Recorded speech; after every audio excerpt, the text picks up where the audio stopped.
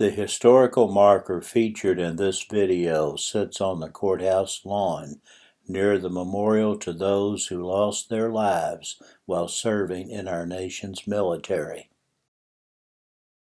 This marker commemorates the county's establishment and honors the man for whom it is named.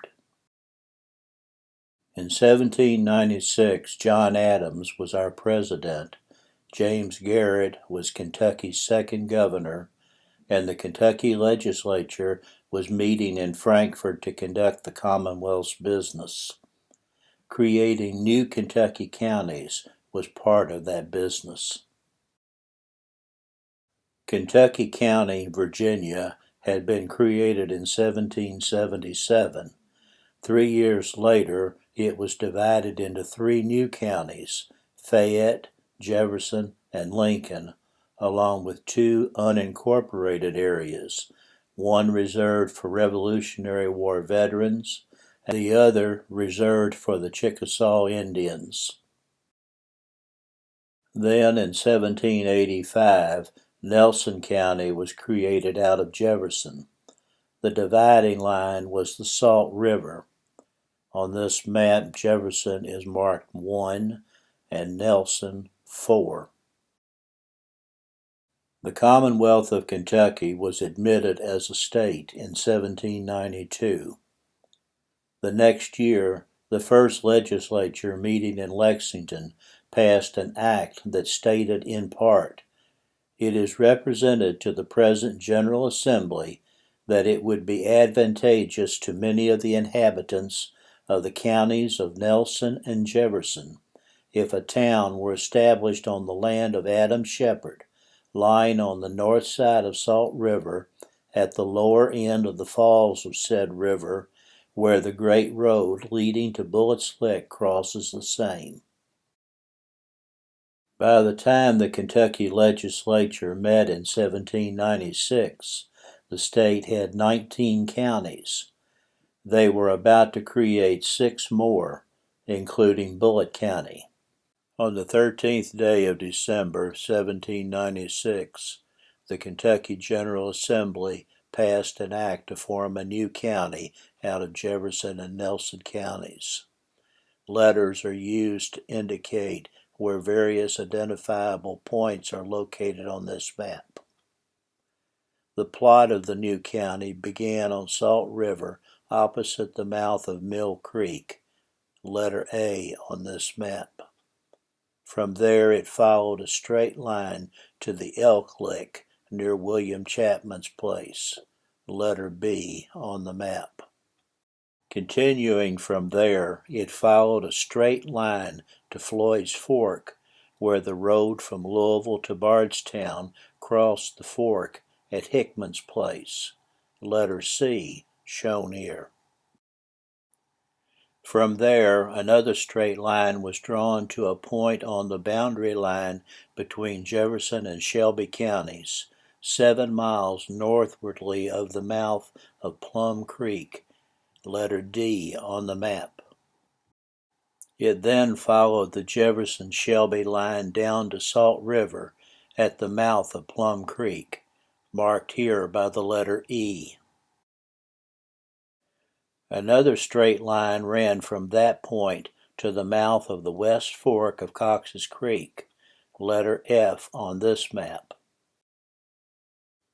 The boundary followed Cox's Creek upstream to its head, letter G on the map.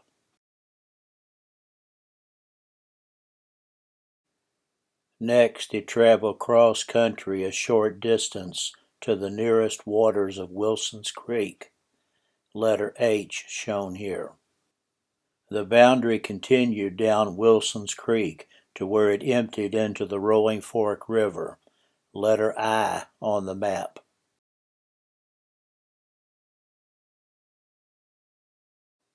It continued down the Rolling Fork to its junction with the Salt River, letter J on the map.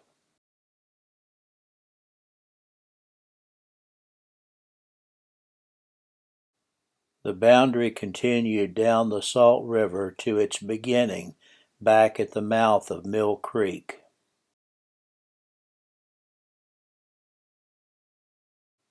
So on the 1st of January 1797, Bullitt County officially came into existence. It looked a bit different then.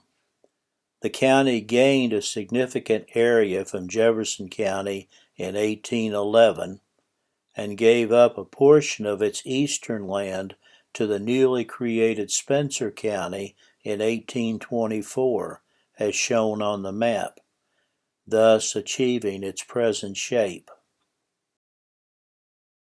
The legislative act establishing the county specified that the first meeting of the Justices of the Peace was to be held at the home of Benjamin Summers.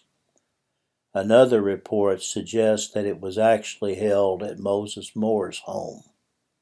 Regardless, they did meet and selected Moses Moore as the county judge, Benjamin Summers as sheriff, and Thomas Speed as county clerk.